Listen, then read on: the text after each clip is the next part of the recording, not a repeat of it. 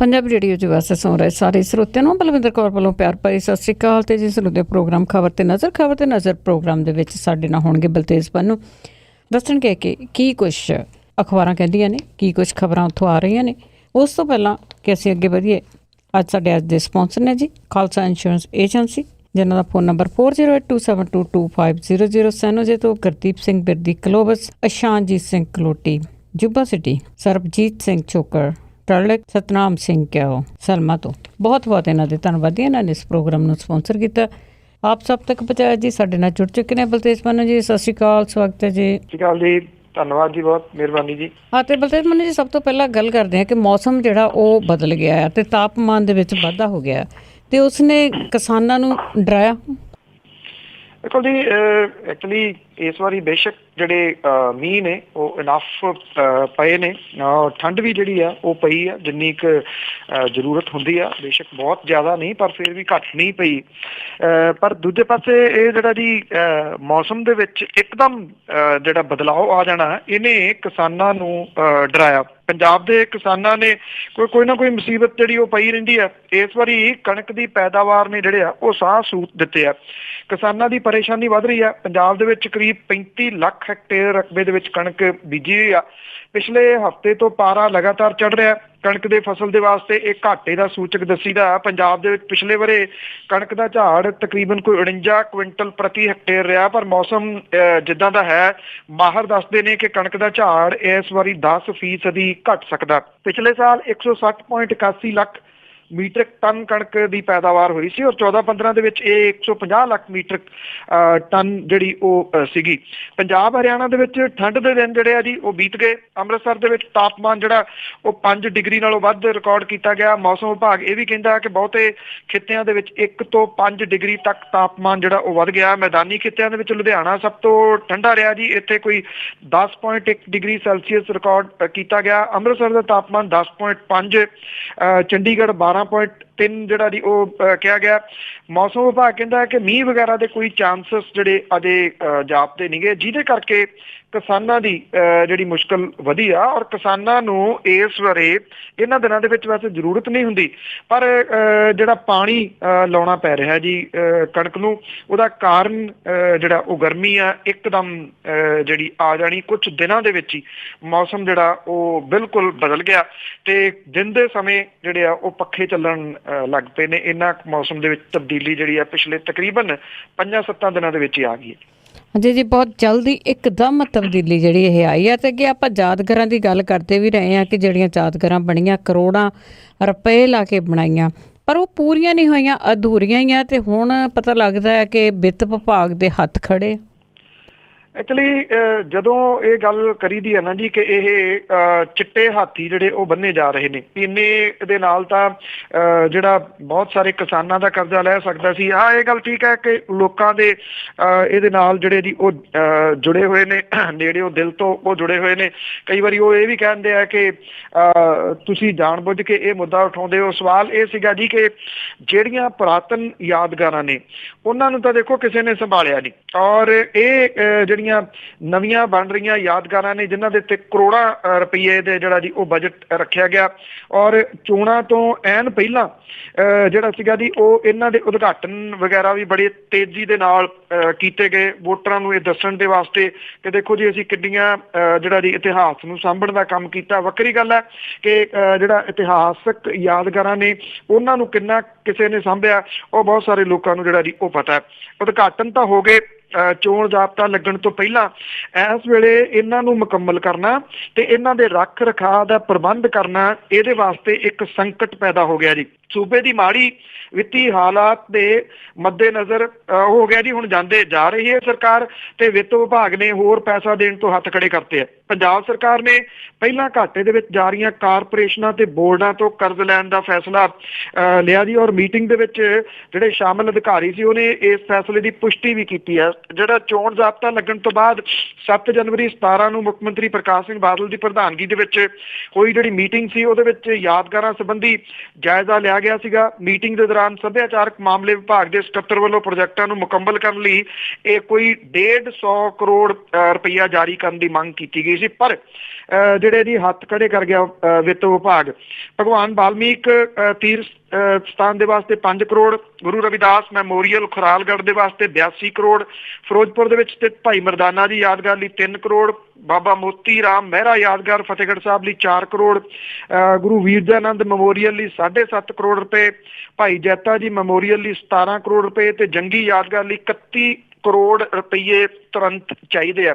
ਜਦੋਂ ਕਿਤੇ ਇਹਨਾਂ ਬਿਲਡਿੰਗਾਂ ਦੇ ਨੇੜਿਓਂ ਤੁਸੀਂ ਲੰਘੋ ਤਾਂ ਇੱਕ ਗੱਲ ਜਿਹੜੇ ਵੇਖਣ ਵਾਲੇ ਵੀ ਜਿਹੜਾ ਜੀ ਉਹ ਸਹਿਮਤ ਹੋਣਗੇ ਕਿ ਕਿਸੇ ਨੂੰ ਲੱਗਦਾ ਕਿ ਇਹ ਕਿਸੇ ਪਾਸੇ ਤੋਂ ਬਿਲਡਿੰਗਾਂ ਜਿਹੜੀਆਂ ਜੀ ਉਹ ਮੁਕੰਮਲ ਹੋਈਆਂ ਨੇ, ਸ਼ਾਇਦ ਜਿਹੜਾ ਜੀ ਉਹ ਕਿਸੇ ਪਾਸੇ ਤੋਂ ਵੀ ਨਹੀਂ, ਤੇ ਨਾ ਜਿਹੜੀ ਆ ਜੀ ਉਹ ਮੁਕੰਮਲ ਹੋਣ ਦੇ ਕੋਈ ਹੁਣ ਚਾਂਸ ਜਿਹੜੇ ਆ ਉਹ ਰਹਿ ਜਾਣੇ ਆ। ਸਵਾਲ ਇਹ ਆ ਜੀ ਕਿ ਕੌਣ ਪੁੱਛੂਗਾ ਇੰਨੇ ਜਿਹੜਾ ਕਰੋੜਾਂ ਰੁਪਈਆ ਇਹ ਲਾ ਕੇ ਜਿਹੜਾ ਜੀ ਉਹ ਧਰ ਦਿੱਤਾ ਗਿਆ, ਕਿੰਨੀਆਂ ਕਿੰਨੀਆਂ ਵੱਡੀਆਂ ਬਿਲਡਿੰਗਸ। ਔਰ ਇਹ ਤੁਸੀਂ ਦੇਖਣਾ, ਚਲੋ ਹੋ ਸਕਦਾ ਸਮੇਂ ਤੋਂ ਪਹਿਲਾਂ ਦੀ ਗੱਲ ਨਾ ਹੋਵੇ, ਇਹ ਖੰਡਰਾਤ ਦੇ ਰੂਪ ਦੇ ਵਿੱਚ ਜਿਹੜੀਆਂ ਜੀ ਉਹ ਤਬਦੀਲ ਹੋ ਜਾਣਗੀਆਂ, ਕਿਉਂਕਿ ਇੰਨਾ ਪੈਸਾ ਹੋਣਾ ਹੀ ਨਹੀਂ ਸਰਕਾਰ ਦੇ ਕੋਲੇ ਲਾਉਣ ਦਾ।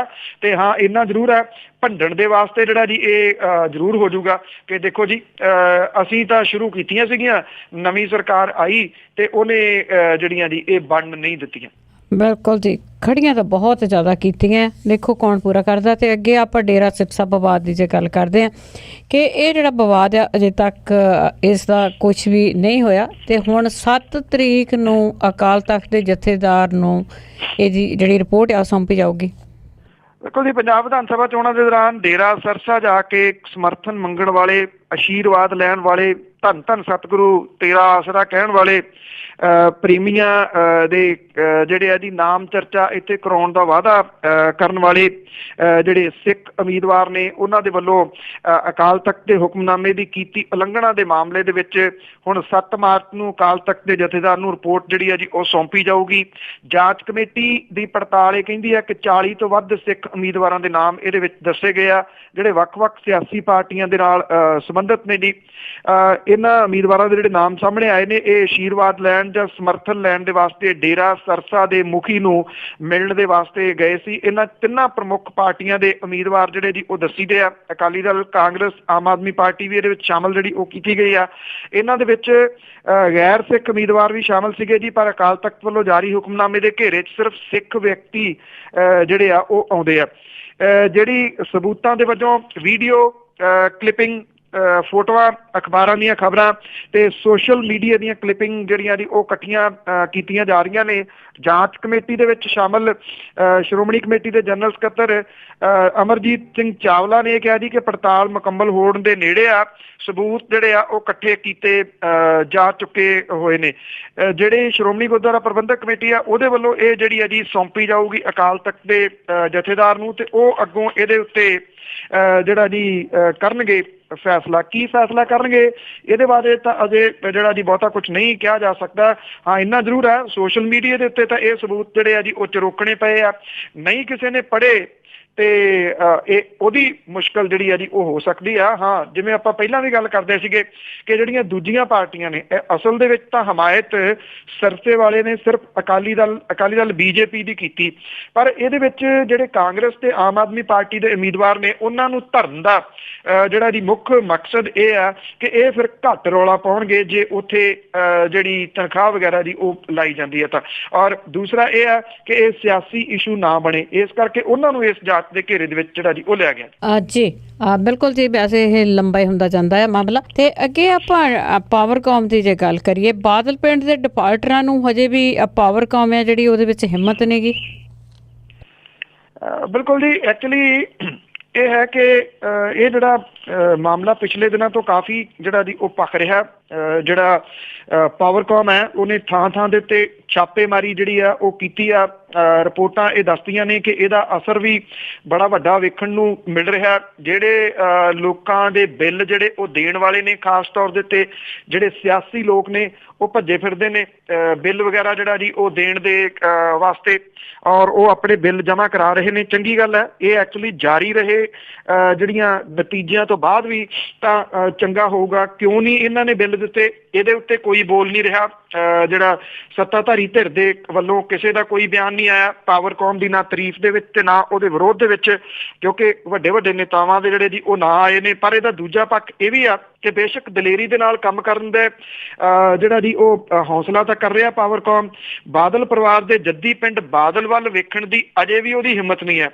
ਪਿੰਡ ਬਾਦਲ ਦੇ ਵਿੱਚ 2 ਵਾਟਰ ਵਰਕਸਾਂ ਦੇ ਸਣੇ ਜਲ ਤੇ ਸੈਨੀਟੇਸ਼ਨ ਵਿਭਾਗ ਦੇ ਵੱਲ ਕਨੈਕਸ਼ਨਾਂ ਦੇ ਕੋਈ 44.5 ਲੱਖ ਰੁਪਏ ਖੜੇ ਨੇ। ਦੋਵੇਂ ਵਾਟਰ ਵਰਕ ਦੇ ਲਗਭਗ 13.5 ਲੱਖ ਤੇ ਪੌਣੇ 8 ਲੱਖ ਰੁਪਏ ਬਿੱਲ ਬਕਾਇਆ ਨੇ। ਪਾਵਰਕੌਮ ਦੀ ਬਾਦਲ ਸਬ ਡਿਵੀਜ਼ਨ ਇਸ ਪਿੰਡ ਦੇ ਡਿਫਾਲਟਰ ਵਾਟਰ ਵਰਕ ਦੇ ਕਨੈਕਸ਼ਨ ਕੱਟਣ ਲਈ ਜਿਹੜੇ ਇੰਜੀਨੀਅਰ ਦੇ ਵੱਲ ਜਿਹੜੀ ਹੈ ਜੀ ਉਹ ਦੇਖ ਰਹੀ ਆ। ਇੰਜੀਨੀਅਰ ਜਿਹੜੇ ਨੇ ਜੀ ਉਹ ਕਾਰਵਾਈ ਕਰਨ ਲਈ ਸੀਨੀਅਰ ਕਾਰਜਕਾਰੀ ਇੰਜੀਨੀਅਰ ਤੇ SDO ਦਾ ਕਾਰਜ ਖੇਤਰ ਜਿਹੜਾ ਜੀ ਉਹ ਦੱਸ ਰਹੇ ਨੇ। ਪਾਵਰਕੌਮ ਨੇ ਕੇਂਦਰੀ ਮੰਤਰੀ ਹਰਸਿਮਰਤ ਕੌਰ ਬਾਦਲ ਦੇ ਸੰਸਦ ਆਦਰਸ਼ ਗ੍ਰਾਮ ਮਾਨ ਦੇ ਵਾਟਰ ਵਰਕਸ ਦਾ ਬਿਜਲੀ ਕਨੈਕਸ਼ਨ ਕੱਟਤਾ ਜੀ। ਇਹਦਾ ਬਿੱਲ ਕੋਈ ਪੌਣੇ 14 ਲੱਖ ਰੁਪਏ ਆ। ਪਾਵਰਕੌਮ ਦੇ ਸੂਤਰੇ ਕਹਿੰਦੇ ਆ ਕਿ ਵਿਭਾਗੀ ਤੰਤਰ ਪਿੰਡ ਬਾਦਲ ਦੇ ਡਿਫਾਲਟਰ ਵਰਕਸਾਂ ਦੇ ਉੱਤੇ ਕਾਰਵਾਈ ਲਈ 11 ਮਾਰਚ ਦੇ ਚੋਣ ਨਤੀਜੇ ਦੀ ਉਡੀਕ ਕਰ ਰਿਹਾ। ਪਿੰਡ ਬਾਦਲ 'ਚ ਛੱਪੜਾਂ ਦੀ ਪਾਣੀ ਦੀ ਨਿਕਾਸੀ ਵਾਲੇ ਪੰਪ ਸੈੱਟ ਜਿਹੜੇ ਨੇ ਉਹਨਾਂ ਦੇ 2-3 ਕਨੈਕਸ਼ਨ ਪੁੱਟੇ ਗਏ ਨੇ। ਪਾਵਰਕੌਮ ਨੇ ਕੋਈ ਪੌਣੇ 34 ਲੱਖ ਰੁਪਏ ਦੇ ਬਕਾਏ ਵਾਲੇ ਪਿੰਡ ਭੀਟੀਵਾਲਾ ਦੇ ਵਾਟਰ ਵਰਕਸ ਦੀ ਬਿਜਲੀ ਕੱਟੀ ਆ। ਪਰ ਜਿਹੜਾ ਸਵਾਲ ਹੈ ਜੀ ਕਿ ਬਾਦਲ ਪਿੰਡ ਦੇ ਵੱਲ ਅਜੇ ਜਿਹੜਾ ਜੀ ਉਹ ਨਹੀਂ ਦੇਖਿਆ ਜਾ ਰਿਹਾ। ਹਾਲਾਂਕਿ ਇੱਥੇ ਜਿਹੜੇ ਜੀ ਉਹ ਡਿਫਾਲਟਰ ਸਰਕਾਰੀ ਮਹਿਕਮੇ ਬਥੇਰੇ ਪਏ ਨੇ। ਇਹ ਕਿਹਾ ਜਾ ਰਿਹਾ ਜੀ ਕਿ 11 ਤਰੀਕ ਦੇ ਜਿਹੜੇ ਨਤੀਜੇ ਨੇ ਉਹ ਕਾਫੀ ਕੁਝ ਤੈਅ ਕਰਨਗੇ ਕਿ ਇਹ ਜਿਹੜੀ ਪਾਵਰਕੌਮ ਦੇ ਵੱਲੋਂ ਵਿੱਢੀ ਗਈ ਮੁਹਿੰਮ ਆ ਜਾਰੀ ਰਹਿੰਦੀ ਆ ਜਾਂ ਫਿਰ ਇੱਥੇ ਦਮ ਤੋੜ ਦਿੰਦੀ ਹੈ ਜੀ। ਬਿਲਕੁਲ ਜੀ, ਪਾਵਰਕਾਮ ਵੀ ਆਮ ਲੋਕਾਂ ਦੇ ਉੱਤੇ ਵਰਦਾ ਰਿਹਾ ਆ, ਪਰ ਇਸ ਤਰ੍ਹਾਂ ਦੇ ਲੋਕਾਂ ਤੇ ਨਹੀਂ ਵਰਦਾ। 11 ਤਰੀਕ ਤੋਂ ਬਾਅਦ ਕੀ ਬਾਦਲ ਸਾਹਿਬ ਉਹਨਾਂ ਦਾ ਬਿੱਲ ਦੇਣਗੇ, ਇਹ ਦੇਖਣ ਵਾਲੀ ਗੱਲ ਹੋਊਗੀ। ਤੇ ਅੱਗੇ ਆਪਾਂ ਗੁਰਮੇਰ ਦੀ ਗੱਲ ਕਰੀਏ ਕਿ ਗੁਰਮੇਰ ਦਾ ਮਾਮਲਾ ਉਹ ਅਜੇ ਵੀ ਬਹੁਤ ਭਖਿਆ ਹੋਇਆ ਤੇ ਹਰਿਆਣਾ ਅਸੈਂਬਲੀ ਦੇ ਵਿੱਚ ਵੀ ਇਸ ਦਾ ਜਿਹੜਾ ਮੁੱਦਾ ਆ ਉਹ ਭਖਦਾ ਹੀ ਰਿਹਾ। ਬਿਲਕੁਲ ਜੀ, ਐਕਚੁਅਲੀ ਇਹ ਮੁੱਦਾ ਇਹ ਹੈ ਕਿ ਲੱਗਦਾ ਨਹੀਂ ਕਿ ਐਡੀ ਛੇਤੀ ਜਿਹੜਾ ਜੀ ਉਹ ਸਮਾਪਤ ਹੋ ਜਾਊਗਾ। ਦਿੱਲੀ ਦੇ ਵਿੱਚ ਜਿਹੜਾ ਰਾਮਜਸ ਕਾਲਜ ਆ ਉੱਥੇ ਔਰ ਯੂਨੀਵਰਸਿਟੀ ਦੇ ਵਿੱਚ ਕੱਲ ਮੋੜਵੇਂ ਤੌਰ ਦੇ ਉੱਤੇ ਤੁਸੀਂ ਕਹਿ ਲਓ ਕਿ ਜਿਹੜੀ ABVP ਆ ਉਹਨੇ ਵੀ ਆਪਣਾ ਜਿਹੜਾ ਸੀਗਾ ਜੀ ਉਹ ਮਾਰਚ ਵਗੈਰਾ ਕੱਢਿਆ। ਪਰ ਹਰਿਆਣੇ ਦੀ ਜਿਹੜੀ ਅਸੈਂਬਲੀ ਹੈ ਜੀ ਉਹਦੇ ਵਿੱਚ ਇਹ ਮੁੱਦਾ ਕਾਫੀ ਜ਼ਿਆਦਾ ਜਿਹੜਾ ਜੀ ਉਹ ਭਖਿਆ। ਜਿਹੜੀ ਇਨੈਲੋ ਆ ਉਹਨੇ ਦਿੱਲੀ ਯੂਨੀਵਰਸਿਟੀ ਦੀ ਵਿਦਿਆਰਥਣ ਗੁਰਮੇਹਰ ਕੌਰ ਦਾ ਮੁੱਦਾ ਚੁੱਕਦਿਆਂ ਅਨਿਲ ਵਿਜ ਤੋਂ ਉਹਦੇ ਵੱਲੋਂ ਦਿੱਤੇ ਗਏ ਬਿਆਨ ਦੇ ਉੱਤੇ ਮੁਆਫੀ ਮੰਗਣ ਦੀ ਮੰਗ ਜਿਹੜੀ ਕੀਤੀ। ਅਨਿਲ ਵਿਜ ਨੇ ਜਿਹੜਾ ਮੂੰਹ ਫੱਟ ਆਗੂ ਮੰਨਿਆ ਜਾਂਦਾ, ਉਹਨੇ ABVP ਵਿਰੋਧੀ ਮੁਹਿੰਮ ਦੇ ਹਮਾਇਤੀਆਂ ਨੂੰ ਦੇਸ਼ ਚੋਂ ਬਾਹਰ ਸੁੱਟਣ ਦਾ ਬਿਆਨ ਦਿੱਤਾ ਸੀਗਾ। ਇਹ ਕਿਹਾ ਸੀਗਾ ਕਿ ਜਿਹੜੇ ਲੋਕ ਗੁਰਮੇਹਰ ਦੀ ਸਪੋਰਟ ਕਰ ਰਹੇ ਨੇ ਉਹਨਾਂ ਨੂੰ ਦੇਸ਼ ਚੋਂ ਚੁੱਕ ਕੇ ਬਾਹਰ ਕੱਢ ਦੇਣਾ ਚਾਹੀਦਾ। ਇਹ ਵੀ ਹੈ ਜੀ ਕਿ ਜਿਹੜਾ ਸੋਸ਼ਲ ਮੀਡੀਆ ਉਹਦੇ ਉੱਤੇ ਅਨਿਲ ਵਿਜ ਦੇ ਇਸ ਬਿਆਨ ਨੂੰ ਲੈ ਕੇ ਬੜਾ ਤਿੱਖਾ ਪ੍ਰਤੀਕਰਮ ਜਿਹੜਾ ਜੀ ਉਹ ਪੜ੍ਹਨ ਨੂੰ ਮਿਲ ਰਿਹਾ। ਅਨਿਲ ਵਿਜ ਅਜੇ ਆਪਣੇ ਬਿਆਨ ਤੋਂ ਪਲਟਿਆ ਨਹੀਂ ਆ। ਜਿਹੜੇ ਹਰਿਆਣੇ ਦੀ ਜਿਹੜੀ ਅਸੈਂਬਲੀ ਆ ਉਹਦੇ ਵਿੱਚ ਜਿਹੜਾ ਜੀ ਰੌਲਾ ਰੱਪਾ ਬੇਸ਼ੱਕ ਪੈਂਦਾ ਰਿਹਾ, ਅਜੇ ਤੱਕ ਉਹਨੇ ਨਾ ਮਾਫੀ ਮੰਗੀ ਹੈ ਨਾ ਕੋਈ ਇਹਦਾ ਜਿਹੜਾ ਜੀ ਉਹ ਸਪਸ਼ਟੀਕਰਨ ਹੀ ਕਿਸੇ ਕਿਸਮ ਦਾ ਜਿਹੜਾ ਉਹ ਦਿੱਤਾ। ਜੇ ਇਹਦਾ ਇੱਕ ਹਰਿਆਣੇ ਦੀ ਜੇ ਸਿਆਸਤ ਦੀ ਥੋੜੀ ਹੋਰ ਗੱਲ ਨਾਲ ਕਰਨੀ ਹੋਵੇ ਤਾਂ ਜਿਹੜੇ ਮਨੋਹਰ ਲਾਲ ਖੱਟਰ ਨੇ ਉਹਨਾਂ ਦੇ ਵਾਸਤੇ ਥੋੜੀ ਮੁਸੀਬਤ ਜਿਹੜੀ ਆ ਉਹ ਖੜੀ ਹੋ ਰਹੀ ਆ, ਕਿਉਂਕਿ 16 MLA ਨੇ ਜਿਨ੍ਹਾਂ ਨੇ ਇਕੱਠੇ ਹੋ ਕੇ ਫੇਰ ਮੀਟਿੰਗ ਕੀਤੀ ਆ। ਪਿਛਲੇ ਦਿਨੀ ਵੀ ਆਪਾਂ ਖਬਰ ਸਾਂਝੀ ਕੀਤੀ ਸੀਗੀ ਕਿ ਇਹ ਮੀਟਿੰਗ ਜਿਹੜੀ ਉਹ ਲਾਈ ਗਈ ਆ ਔਰ ਮਿਲੇ ਸੀਗੇ ਇਹ ਜਾ ਕੇ ਸੈਂਟਰ ਦੇ ਵਿੱਚ BJP ਦੀ ਲੀਡਰਸ਼ਿਪ ਨੂੰ। ਉਹਨਾਂ ਨੇ ਕਿਹਾ ਸੀਗਾ ਕਿ ਉਹ ਗੱਲਬਾਤ ਕਰਨ, ਪਰ ਗੱਲਬਾਤ ਜਿਹੜੀ ਹੈ ਜੀ ਉਹ ਕਿਸੇ ਪਾਸੇ ਨਹੀਂ ਲੱਗੀ। ਹੁਣ ਇਹਨਾਂ ਦੀ ਦੁਬਾਰਾ ਜਿਹੜੀ ਮੀਟਿੰਗ ਆਈ ਹੈ ਤਾਂ ਕਿਤੇ ਨਾ ਕਿਤੇ ਕਿਹਾ ਜਾ ਸਕਦਾ ਹੈ ਕਿ ਮਨੋਹਰ ਲਾਲ ਖੱਟਰ ਦੇ ਵਾਸਤੇ ਮੁਸ਼ਕਲਾਂ ਆਉਂਦੇ ਦਿਨਾਂ ਦੇ ਦੌਰਾਨ ਵੱਧ ਸਕਦੀਆਂ ਨੇ ਹਰਿਆਣੇ ਦੇ ਜਿਹੜੇ ਮੁੱਖ ਮੰਤਰੀ ਨੇ ਜੀ। ਤੇ ਅੱਗੇ ਆਪਾਂ RSS ਦੀ ਜੇ ਗੱਲ ਕਰੀਏ ਤੇ ਉਸ ਇੱਕ ਆਗੂ ਨੇ ਇੱਕ ਬਿਆਨ ਦਿੱਤਾ ਹੈ ਕਿ ਜੇ ਕੇਰਲਾ ਦਾ ਜੋ ਵੀ ਕੋਈ ਮੁੱਖ ਮੰਤਰੀ ਦਾ ਸਿਰ ਵੱਢ ਕੇ ਲਿਆਊਗਾ ਉਸਨੂੰ ਇਨਾਮ ਦਿੱਤਾ ਜਾਊਗਾ। RSS ਤੇ ਜਿਹੜੇ ਇਹ ਆਗੂ ਨੇ ਤੁਸੀਂ ਇਹ ਕਹਿ ਲਓ ਕਿ ਇਹ ਜਾਣ ਬੁੱਝ ਕੇ ਛੱਡੇ ਹੋਏ ਨੇ, ਜਿਨ੍ਹਾਂ ਨੂੰ ਜਦੋਂ ਜ਼ਰੂਰਤ ਪੈਂਦੀ ਆ ਤੇ ਉਦੋਂ ਉਹਨਾਂ ਨੂੰ ਵਰਤ ਲਿਆ ਜਾਂਦਾ ਇਹੋ ਜਿਹੇ ਬਿਆਨਾਂ ਦੇ ਵਾਸਤੇ। ਔਰ ਉਜੈਨ ਦੇ RSS ਮਹਾਨਗਰ ਦੇ ਪ੍ਰਚਾਰ ਮੁਖੀ ਹੈ ਕੁੰਦਨ ਚੰਦਰਾਵਤ। ਇਹਨੇ ਇੱਕ ਅਜੀਬ ਫਰਮਾਨ ਜਿਹੜਾ ਜਾਰੀ ਕੀਤਾ। ਉਹਨੇ ਕੇਰਲ ਦੇ ਮੁੱਖ ਮੰਤਰੀ ਦਾ ਸਿਰ ਵੱਢ ਕੇ ਲਿਆਉਣ ਵਾਲੇ ਨੂੰ ਇਨਾਮ ਦੇਣ ਦਾ ਐਲਾਨ ਕੀਤਾ। ਉਜੈਨ ਸ਼ਹੀਦ ਪਾਰਕ 'ਚ ਰੱਖੀ ਗਈ ਇੱਕ ਰੋਸ ਰੈਲੀ ਸੀ, ਉਹਦੇ ਵਿੱਚ ਉਹਨੇ ਸਟੇਜ ਦੇ ਉੱਤੋਂ ਇਹ ਚੰਦਰਾਵਤ ਨੇ ਜਿਹੜਾ ਜੀ ਇਹ ਬਿਆਨ ਦਿੱਤਾ। ਇਹਦੇ ਉੱਤੇ ਪਲਟਵਾਰ ਕਰਦੇ ਆ ਕੇਰਲ ਦੇ ਮੁੱਖ ਮੰਤਰੀ ਪੀ ਵਿਜਯਨ ਜਿਹੜੇ ਨੇ ਉਹਨੇ ਇਹ ਗੱਲ ਕਹੀ ਹੈ ਕਿ RSS ਨੇ ਕਈਆਂ ਦੇ ਸਿਰ ਕਲਮ ਕੀਤੇ ਨੇ। ਚੰਦਰਾਵਤ ਨੇ ਇਹ ਕਿਹਾ ਕਿ ਉਹਨਾਂ ਦੇ ਨਿੱਜੀ ਵਿਚਾਰ ਨੇ, ਉਹਨਾਂ ਨੂੰ ਪਤਾ ਹੋਣਾ ਚਾਹੀਦਾ ਕਿ ਹਿੰਦੂ ਸੁੱਤੇ ਨਹੀਂ ਪਏ ਹੋਏ। ਚੰਦਰਾਵਤ ਨੇ ਵੀ ਕਿਹਾ ਜੀ ਕਿ ਉਹ ਮੰਚ ਤੋਂ ਐਲਾਨ ਕਰਦਾ ਹੈ ਕਿ ਜਿਹੜਾ ਵੀ ਕੇਰਲ ਦੇ ਮੁੱਖ ਮੰਤਰੀ ਦਾ ਸਿਰ ਵੱਢ ਕੇ ਲਿਆਊਗਾ ਉਹਨੂੰ ਆਪਣੀ ਜ਼ਮੀਨ ਜਾਇਦਾਦ ਵੇਚ ਕੇ ਇਨਾਮ ਦੇਊਗਾ। ਸੀਤਾਰਾਮ ਯੇਚੁਰੀ ਨੇ ਇਸ ਬਿਆਨ ਦੀ ਜਿਹੜੀ ਹੈ ਜੀ ਉਹ ਨਿੰਦਾ ਕੀਤੀ ਹੈ, ਇਹਨੂੰ ਇਤਰਾਜ਼ਯੋਗ ਬਿਆਨ ਦੱਸਿਆ। ਵੈਸੇ ਇਹ ਹੈ ਕਿ ਇਹ ਜਿਹੜਾ ਆਗੂ ਹੈ ਇਹ RSS ਦਾ ਕੁੰਦਨ ਚੰਦਰਾਵਤ, ਜੇ ਉਹਨੇ ਕਰੋੜ ਰੁਪਈਆ ਬਚਾਉਣਾ ਹੋਵੇ ਤੇ ਇਹ ਕੰਮ ਆਪ ਹੀ ਕਰ ਲੇ, ਪਰ ਉਹ ਕਰਾਉਣਾ ਕਿਸੇ ਦੇ ਹੱਥੀ ਜਿਹੜਾ ਜੀ ਉਹ ਚਾਹੁੰਦਾ, ਕਿਉਂਕਿ ਜਿਹੜੇ ਲੋਕਾਂ ਦੇ ਪੁੱਤ ਨੇ ਉਹਨਾਂ ਨੂੰ ਮਰਾਉਣ ਦਾ ਕੰਮ ਹੀ ਤਾਂ ਨੇਤਾ ਜਿਹੜੇ ਉਹ ਕਰਦੇ ਰਹੇ ਨੇ। ਉਹੋ ਜਿਹੀ ਬਿਆਨਬਾਜ਼ੀ ਇਹ। ਬਿਲਕੁਲ ਜੀ, ਵੈਸੇ ਅਸੀਂ ਨਾਤੇ ਧੋਤੇ ਆ। ਤੇ ਅੱਗੇ ਆਪਾਂ ਗੱਲ ਕਰਦੇ ਹਾਂ ਫਿਜ਼ਾ ਖਾਨ ਦੀ। ਉਸ ਦੀ ਜਾਇਦਾਦ ਦਾ ਮਾਮਲਾ ਫਿਰ ਭਖਿਆ। ਐਕਚੁਅਲੀ ਫਿਜ਼ਾ ਖਾਨ ਦੇ ਭੁੱਲ ਨਾ ਗਈ ਹੋਵੇ ਲੋਕਾਂ ਨੂੰ ਤਾਂ ਜਿਹੜੇ ਹਰਿਆਣੇ ਦਾ ਸਾਬਕਾ ਮੁੱਖ ਮੰਤਰੀ ਨੇ ਜੀ, ਉਹਨਾਂ ਦੇ ਮੁੰਡੇ ਚੰਦਰ ਮੋਹਨ ਉਰਫ ਜਿਹੜਾ ਬਾਅਦ ਦੇ ਵਿੱਚ ਮੁਸਲਿਮ ਧਰਮ ਧਾਰਨ ਕਰ ਗਿਆ ਸੀਗਾ, ਚਾਂਦ ਮੁਹੰਮਦ ਫਿਰ ਵਾਪਸ ਆ ਗਿਆ ਸੀ ਉਸੇ ਧਰਮ 'ਚ, ਉਹਦੇ ਨਾਲ ਧਰਮ ਬਦਲ ਕੇ ਵਿਆਹ ਕਰਵਾ ਕੇ ਚਰਚਾ ਦੇ ਵਿੱਚ ਆਈ ਸੈਕਟਰ 48C ਦੀ ਵਸਨੀਕ ਅਨੁਰਾਧਾ ਬਾਲੀ ਉਰਫ ਫਿਜ਼ਾ ਖਾਨ ਉਰਫ ਫਿਜ਼ਾ ਮੁਹੰਮਦ ਦੀ ਮੌਤ ਤੋਂ ਕਰੀਬ 5 ਸਾਲ ਬਾਅਦ ਉਹਦੀ ਜਾਇਦਾਦ ਦਾ ਮਾਮਲਾ ਫੇਰ ਜਿਹੜਾ ਉਹ ਭਖ ਪਿਆ। ਉੱਤਰ ਪ੍ਰਦੇਸ਼ ਦੇ ਪਿੰਡ ਫਤਿਹਪੁਰ ਵਾਸੀ ਇਸਰਾਰ ਅਹਿਮਦ ਖਾਨ ਨੇ ਖੁਦ ਨੂੰ ਫਿਜ਼ਾ ਦਾ ਪਹਿਲਾ ਪਤੀ ਦੱਸਦਿਆਂ ਆਪਣੀ ਪਤਨੀ ਦੀ ਸਾਰੀ ਜਾਇਦਾਦ ਦੇ ਉੱਤੇ ਹੱਕ ਜਤਾਇਆ। ਇਹਦੇ ਸੰਬੰਧੀ ਉਹਨੇ ਮੁਹਾਲੀ ਦੀ ਅਦਾਲਤ ਦੇ ਵਿੱਚ ਇੱਕ ਅਰਜ਼ੀ ਦਾਇਰ ਕਰਕੇ ਫਿਜ਼ਾ ਦੇ ਗਹਿਣੇ, ਕੈਸ਼ ਤੇ ਬਾਕੀ ਜਾਇਦਾਦ ਉਹਨੂੰ ਦੇਣ ਦੀ ਮੰਗ ਕੀਤੀ ਹੈ। ਇਸ ਮਾਮਲੇ ਦੀ ਸੁਣਵਾਈ ਮੁਹਾਲੀ ਦੇ ਵਧੀਕ ਚੀਫ ਜੁਡੀਸ਼ੀਅਲ ਮੈਜਿਸਟ੍ਰੇਟ ਦੀ ਅਦਾਲਤ ਦੇ ਵਿੱਚ ਚੱਲ ਰਹੀ ਹੈ। ਇਸਰਾਰ ਅਹਿਮਦ ਖਾਨ ਨੇ ਆਪਣੀ ਸਿਵਲ ਰਿਟ ਪਟੀਸ਼ਨ 'ਚ ਕਿਹਾ ਕਿ ਉਹ ਫਿਜ਼ਾ ਦਾ ਘਰ ਵਾਲਾ ਹੈ। ਉਹਦਾ ਸਾਲ 2010 ਦੇ ਵਿੱਚ ਫਿਜ਼ਾ ਦੇ ਨਾਲ ਨਿਕਾਹ ਹੋਇਆ ਸੀਗਾ ਤੇ ਉਹਨਾਂ ਦਾ ਤਲਾਕ ਵੀ ਨਹੀਂ ਹੋਇਆ, ਪਰ ਫਿਜ਼ਾ ਦੀ ਮੌਤ ਤੋਂ ਬਾਅਦ ਉਹਦੀਆਂ 3 ਭੈਣਾਂ ਨੇ ਕਰੋੜਾਂ ਰੁਪਏ ਦੀ ਜਾਇਦਾਦ ਆਪਸ ਦੇ ਵਿੱਚ ਵੰਡ ਲਈ ਆ, ਜਦੋਂ ਕਿ ਜਾਇਦਾਦ ਦੇ ਉੱਤੇ ਅਸਲ ਹੱਕ ਉਹਦਾ ਬਣਦਾ। ਜਿਹੜਾ ਇਹਦੇ ਸੰਬੰਧੀ ਇਸਰਾਰ ਖਾਨ ਨੇ ਫਿਜ਼ਾ ਦਾ ਪਤੀ ਹੋਣ ਦੇ ਸਬੂਤ ਦੇ ਵਜੋਂ ਅਦਾਲਤ ਦੇ ਵਿੱਚ ਨਿਕਾਹਨਾਮਾ, ਵੋਟਰ ਕਾਰਡ, ਆਧਾਰ ਕਾਰਡ ਤੇ ਬਾਕੀ ਦਸਤਾਵੇਜ਼ ਜਿਹੜੇ ਉਹ ਪੇਸ਼ ਕੀਤੇ ਨੇ। ਖਾਨ ਨੇ ਅਦਾਲਤ ਦੇ ਵਿੱਚ ਦਾਇਰ ਪਟੀਸ਼ਨ ਦੇ ਵਿੱਚ ਗਮਾਡਾ ਤੇ ਉਹਦੀਆਂ ਭੈਣਾਂ ਨੂੰ ਧਿਰ ਬਣਾਇਆ। ਅਦਾਲਤ ਨੇ ਫਿਜ਼ਾ ਦੀਆਂ 3 ਭੈਣਾਂ ਮੋਨਿਕਾ ਸ਼ਰਮਾ, ਅੰਜਲੀ ਰਾਮ ਸੂਦਨ ਤੇ ਅਦਿੱਤਿਆ ਆਰੀਆ ਨੂੰ ਜ਼ੀਰਕਪੁਰ ਦੇ ਪਤੇ ਤੇ ਸੰਮਨ ਜਾਰੀ ਕਰਕੇ ਅਦਾਲਤ ਦੇ ਵਿੱਚ ਪੇਸ਼ ਹੋਣ ਲਈ ਆਪਣਾ ਪੱਖ ਰੱਖਣ ਦੇ ਵਾਸਤੇ ਆਖਿਆ ਸੀਗਾ, ਪਰ ਮੋਨਿਕਾ ਸ਼ਰਮਾ ਤੋਂ ਬਿਨਾਂ ਦੂਜੀਆਂ ਭੈਣਾਂ ਨੇ ਸੰਮਨ ਨਹੀਂ ਲਏ ਤੇ ਨਾ ਹੀ ਉਹ ਅਦਾਲਤ ਦੇ ਵਿੱਚ ਪੇਸ਼ ਹੋਈਆਂ ਨੇ, ਜਿਹਦੇ ਕਰਕੇ ਅਦਾਲਤ ਨੇ ਉਹਨਾਂ ਨੂੰ ਐਕਸ ਪਾਰਟੀ ਜਿਹੜਾ ਉਹ ਕਰਾਰ ਦੇ ਦਿੱਤਾ। ਫਿਜ਼ਾ ਦੀ ਭੈਣ ਜਿਹੜੀ ਮੋਨਿਕਾ ਸ਼ਰਮਾ ਦੇ ਵਕੀਲ ਨੇ ਅਦਾਲਤ ਦੇ ਵਿੱਚ ਇੱਕ ਅਰਜ਼ੀ ਦਾਇਰ ਕਰਕੇ ਜਿਹੜੇ ਦਸਤਾਵੇਜ਼ਾਂ ਦੀ ਤਸਦੀਕ ਕੀਤੀ ਆ ਔਰ ਇੱਕ ਕਾਪੀ ਮੁਹੱਈਆ ਕਰਾਉਣ ਦੇ ਵਾਸਤੇ ਕਿਹਾ। ਇਹ ਮਾਮਲਾ ਜਿਹੜਾ ਜੀ ਹੁਣ ਫੇਰ ਦੁਬਾਰਾ ਭਖ ਪਿਆ। ਪਹਿਲਾਂ ਇਹ ਚੱਲਦਾ ਰਿਹਾ ਮੁਹਾਲੀ ਦੀ ਅਦਾਲਤ ਦੇ ਵਿੱਚ ਤੇ ਮੁਹਾਲੀ ਦੀ ਅਦਾਲਤ ਨੇ ਜਿਹੜੀ ਫਿਜ਼ਾ ਖਾਨ ਦੀ ਜਾਇਦਾਦ ਸੀ ਉਹ 3 ਭੈਣਾਂ ਨੂੰ ਦੇ ਦਿੱਤੀ ਸੀ। ਇਹਦੇ ਵਿੱਚ ਕੈਸ਼ ਪੈਸਾ ਵੀ ਸ਼ਾਮਲ ਸੀਗਾ ਤੇ ਇਹਦੇ ਵਿੱਚ ਗਹਿਣੇ ਗੱਟੇ ਕਿਲੋਆਂ ਦੇ ਹਿਸਾਬ ਦੇ ਨਾਲ ਜਿਹੜੇ ਉਹ ਸ਼ਾਮਲ ਸੀਗੇ। ਵੱਖ-ਵੱਖ ਰਾਜਨੀਤਿਕਾਂ ਦੀ ਨੇੜਤਾ ਫਿਜ਼ਾ ਖਾਨ ਉਰਫ ਅਨੁਰਾਧਾ ਬਾਲੀ ਦੀ ਜਿਹੜੀ ਆ ਉਹ ਚਰਚਾ ਦੇ ਵਿੱਚ ਜ਼ਰੂਰ ਰਹੀ ਆ ਹਰਿਆਣੇ ਦੀ ਸਿਆਸਤ ਦੇ ਵਿੱਚ, ਖਾਸ ਤੌਰ ਦੇ ਉੱਤੇ ਕੋਈ ਦਹਾਕਾ ਪਹਿਲਾਂ ਜੀ ਕਾਫੀ ਚਰਚਿਤ ਹੋਈ ਸੀਗੀ। ਤੇ ਅੱਗੇ ਮੇਰਾ ਅਖੀਰਲਾ ਸਵਾਲ ਹੈ ਜੀ ਗੈਂਗਸਟਰਾਂ ਬਾਰੇ ਤੇ ਪੁਲਿਸ ਦਾ ਇੱਕ ਨਵਾਂ ਹੀ ਤਰਕ। ਬਿਲਕੁਲ ਜੀ, ਐਕਚੁਅਲੀ ਤਰਕ ਜਿਹੜੇ ਜਦੋਂ ਕਈ ਵਾਰੀ ਸਾਹਮਣੇ ਆਉਂਦੇ ਆ ਨਾ ਪੁਲਿਸ ਦੇ, ਤੇ ਉਹ ਬੜੇ ਸਾਰੇ ਸਵਾਲੀਆ ਚਿੰਨ੍ਹ ਜਿਹੜੇ ਉਹ ਖੜੇ ਕਰ ਜਾਂਦੇ ਆ।